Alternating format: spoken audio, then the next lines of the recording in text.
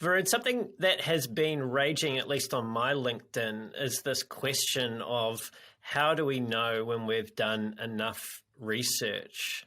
What are your thoughts on that? There isn't one simple answer. To me, it's similar to the same question as how many participants, how many people, how many interviews, how many people in a survey? And fundamentally, I don't think it's the right question. It's a lot more nuanced, and I don't think people like nuance, especially when you have to move a metric up 2% or get $100,000 more this year, right? Those things are quantified, they're hard numbers. You either met that goal or you didn't. I don't think research falls into that bucket. But there are some signs, some green flags, if you will, for saying enough research. One of the first things is, hey, you should be communicating with your team throughout your study. And if they're like, wow, we can actually implement that now, that's a good place to stop research. You've done enough. Your team has found value, right? That's one way of looking at it. Another way of looking at it is triangulation. If you're using multiple sources, multiple methods, they're all telling you either the same story, they're confirming results from one to another, or they're telling you different parts of a story that are still cohesive, that's pretty solid. You can go ahead and stop research. And the third thing I think about is it is a marathon. You don't want to burn yourself out on this one study because senior stakeholders said jump. You've got other things that you should be thinking about. If you have a research roadmap, there's other things that you could be doing. If you have run a study and presented it out to your team, better yet, get them involved if you can. Get them to ask a couple questions. 100%. Be a note taker. Help with synthesis, right? You hear this over and over, but it's tried and true because it works. If you want to lose weight, exercise, eat at a calorie deficit, right? It's not like rocket science. It's not a pill. It's not anything like a shake, but you know what it is. But people get your stakeholders involved, help them.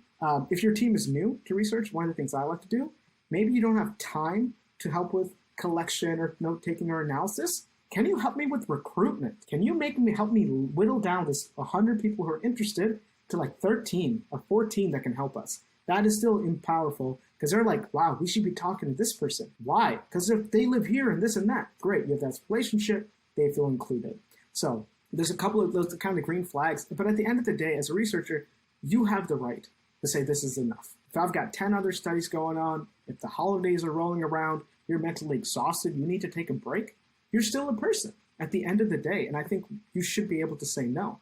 Brendan, we've done some great research here. Can we do a multi-phase study? We're going to wrap up this one and see how we can work with this right now. Can we budget this and come back in 2 weeks or so and start another one and extend some of those questions or validate if we've got other ambiguous type of points? And I guess it ties to the first one is like, does this research help you make a decision or avoid making a decision? Especially with senior stakeholders, I like to talk about good research kills bad ideas. You know that you should not spin on this, and even better, the more you do research, the closer you get to people you're building and helping, you'll start to recognize Brendan does not need that. No amount of marketing, no amount of money is going to make him want that product feature. Great, we know that. Here's 3 things that he would find value in. Let's start running down those roads. That really comes back to the purpose of research, which is to make or avoid making a decision. At the end of the day, though, I think if you explain to research stakeholders that research can be extraneous, I think that makes their ears perk up. Like, what do you mean?